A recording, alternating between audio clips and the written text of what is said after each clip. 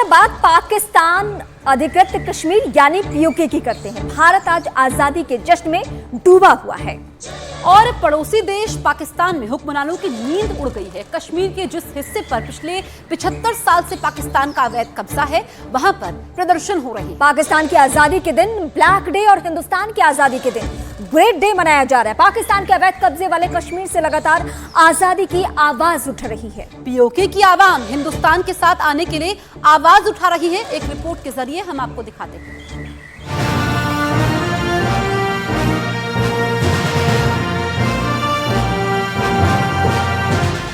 आजादी का जश्न मना रहा हिंदुस्तान, मोदी के भाषण से खौफ में पाकिस्तान।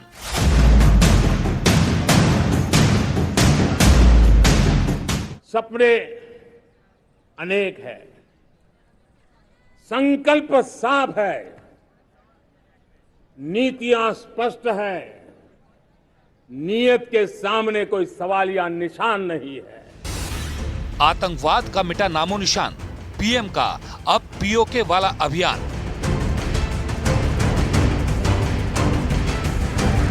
उसको लिए सीरियल बम धमाके का जमाना बीती हुई बात हो गई है।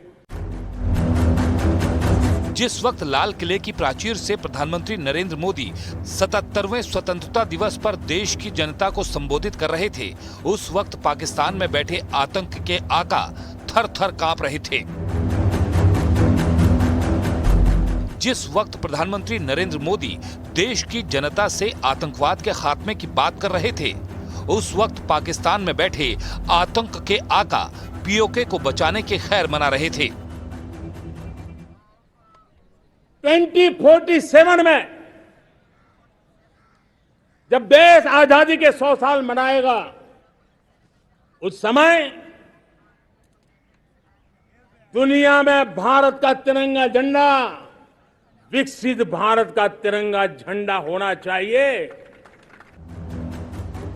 प्रधानमंत्री नरेंद्र मोदी ने आज ना तो पाकिस्तान का नाम लिया, ना ही जम्मू कश्मीर का जिक्र किया। फिर भी मोदी के भाषण ने पाकिस्तानियों की नींद उड़ाकर रख दी है। रत्ती भर भी हमें रुकना नहीं है, पीछे नहीं हटना है। और इसके लिए सुचिता, पारदर्शिता और निष्पक्षता, ये पहली मजबूती की जरूरत है। लाहौर से लेकर इस्लामाबाद तक इस वक्त सिर्फ प्रधानमंत्री नरेंद्र मोदी के भाषण को भारत को वैश्विक महाशक्ति बनाने के संकल्प की चर्चा हो रही है। पाकिस्तान को सबसे ज्यादा खौफ पीओके को लेकर सता रहा है। इस्लामाबाद में बैठे पाकिस्तान के हुक्मरानों को डर इस बात का सता रहा है कि प्रधानमंत्री मोदी पाकिस्तान के अवैध कब्जे वाले कश्मीर यानी कि पीओके को हिंदुस्तान में मिलाने वाले हैं। यही वो बात है जिसने पाकिस्तान के हुक्मरानों की रातों की नींद हराम कर दी है, क्योंकि धारा 370 हटने के बाद जम्मू कश्मीर में विकास और बदलाव की ऐसी लहर चली है जिससे घाटी की तस्वीर और तकदीर दोनों को बदलने का काम किया है। धारा 370 हटने के बाद कश्मीर में आतंकवाद की घटनाओं में कमी आई है। धारा 370 हटने के बाद घाटी में पत्थरबाजी की घटनाओं में कमी आई। धारा 370 हटने के बाद 30,000 से ज्यादा युवाओं को रोजगार मिला। धारा 370 हटने के बाद घाटी में निवेश और उद्योगों को बढ़ावा मिला। धारा 370 हटने के बाद कश्मीर में पर्यटकों की संख्या में इजाफा हुआ। यही नहीं, धारा 370 हटने और केंद्र सरकार के प्रयासों के बाद घाटी से विस्थापित कश्मीरी पंडितों की घर वापसी का रास्ता साफ हुआ और खंडहर पड़े हमारे धर्म स्थानों को दोबारा से स्थापित करने की प्रक्रिया भी शुरू की गई। और उसी का सबसे बड़ा उदाहरण उत्तरी कश्मीर के कुपवाड़ा जिले में नियंत्रण रेखा के करीब स्थित टीटवाल में बना शारदा मंदिर, जिसे इसी साल नवरात्रि के पहले दिन भक्तों के लिए खोल दिया गया।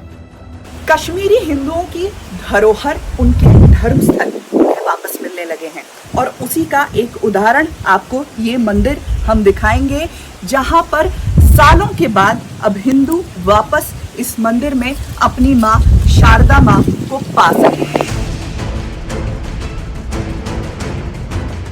एलओसी पर बना शारदा मंदिर शक्तिपीठों में एक है। कश्मीर का शारदा पीठ ज्ञान का केंद्र माना जाता था, लेकिन 1947 में आतंकवादियों ने इसे जला दिया था। 370 हटने के बाद दोबारा इस मंदिर की स्थापना की गई और आज मां शारदा का ये मंदिर पाकिस्तान में बैठे आतंक के आकाओं को सबसे ज्यादा खटकता है।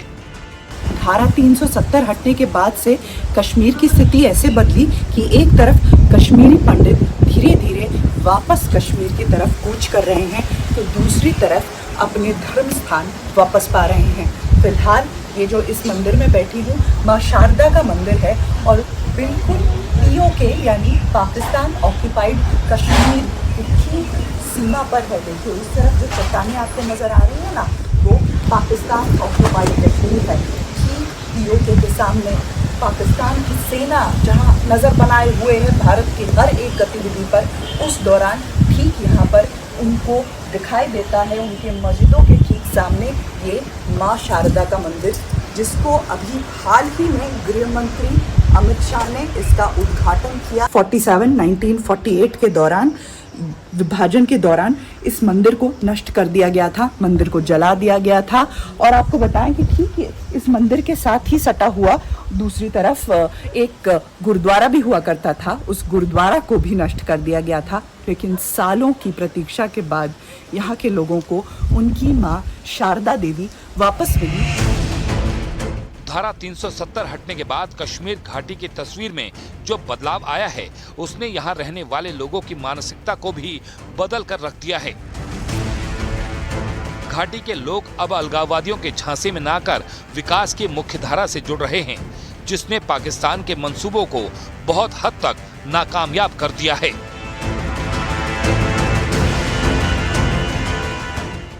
यही वजह है कि पाकिस्तान के हुक्मरानों की नींद उड़ी हुई है, क्योंकि कश्मीर के मुद्दे पर दुनिया में झूठा प्रचार करने वाले पाकिस्तान की कलई खुल चुकी है। विदेशों में पीएम नरेंद्र मोदी की बढ़ती हुई लोकप्रियता और भारत की बढ़ती हुई ताकत के बाद अब पाकिस्तान को पीओके हाथ से जाता हुआ दिखाई दे रहा है।